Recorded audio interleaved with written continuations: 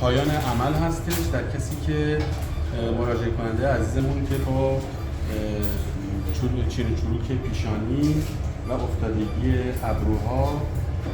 و چربی و پف زیر چشم مراجعه کردن که در کسانی که فاصله ابرو و پلکشون خیلی کم میشه که به خاطر سنشون هست، ما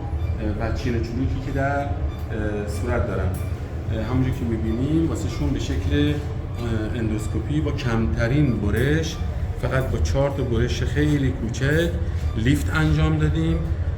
ابروهاشون رو کامل بردیم بالا، عضلات اخمیشون رو حذف کردیم، ناحیه شقیقشون رو کاملا لیفت کردیم و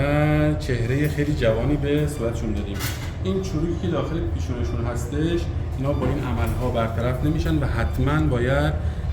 در آینده لیزر کنن یا اینکه تزریق چربی داشته باشن. خیلی ممنون.